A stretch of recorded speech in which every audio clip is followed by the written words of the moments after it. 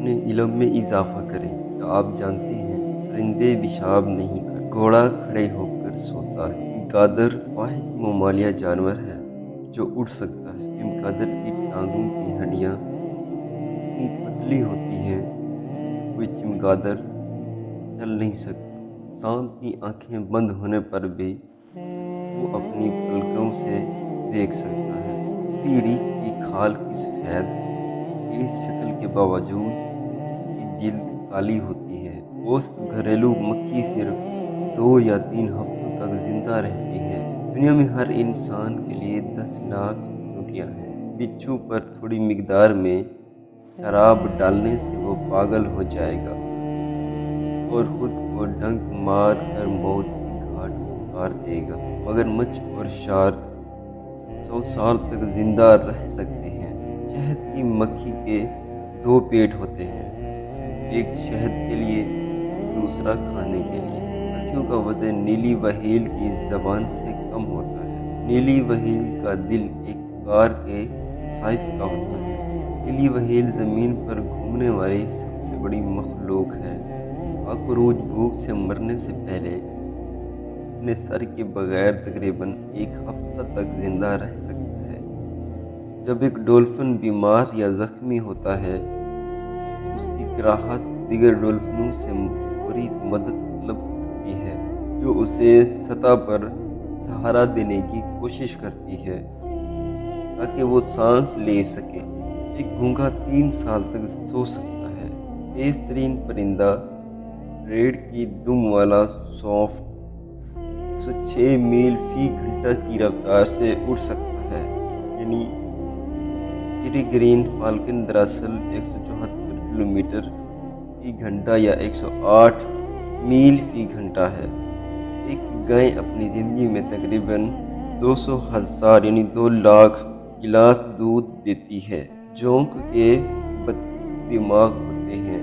صرف بیرونی بلی کی اوسط عمر تقریباً 3 سال ہوتی ہے۔ صرف انڈور بلیاں 16 سال اور اس سے زیادہ زندہ رہ سکتی ہیں۔ شارک واحد جانور ہے جو کبھی بیمار نہیں ہوتے۔ کینسر سمیت ہر قسم کی بیماریوں سے محفوظ ہے۔ مچھر کے پروبوسکس کی نوک پر 45 تیز دھار ہوتے ہیں جو اسے جلد اور حتی کہ لباس کی حفاظتی تہوں کو کاٹنے میں مدد دیتے ہیں۔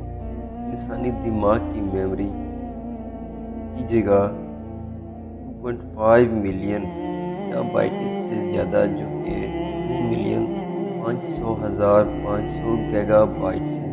علم کلید ہے۔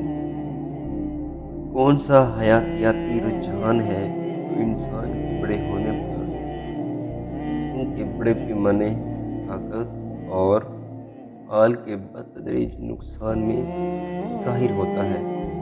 یہ سارکوپینیا کے نام سے جانا جاتا ہے۔ سارکوپینیا پٹھوں کے بڑے پیمانے طاقت اور کام کا بتدریج نقصان ہے۔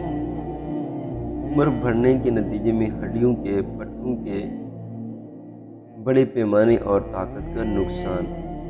صورتحال خوفناک ہو سکتی ہے، فرد پر منحصر ہے۔ یہ سارکوپینیا سے بچاؤ کے متعدد طریقے تلاش کریں اور ان کا تجزیہ کریں۔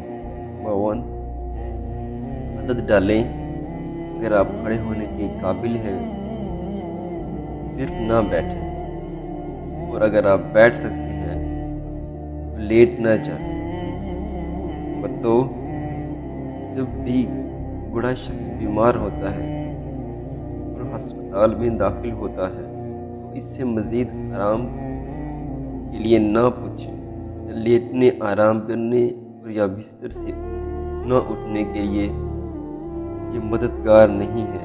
چہل قدمی کرنے میں ان کی مدد کریں، سوائے اس کی کہ وہ ایسا کرنے کی صلاحیت کھو دیں۔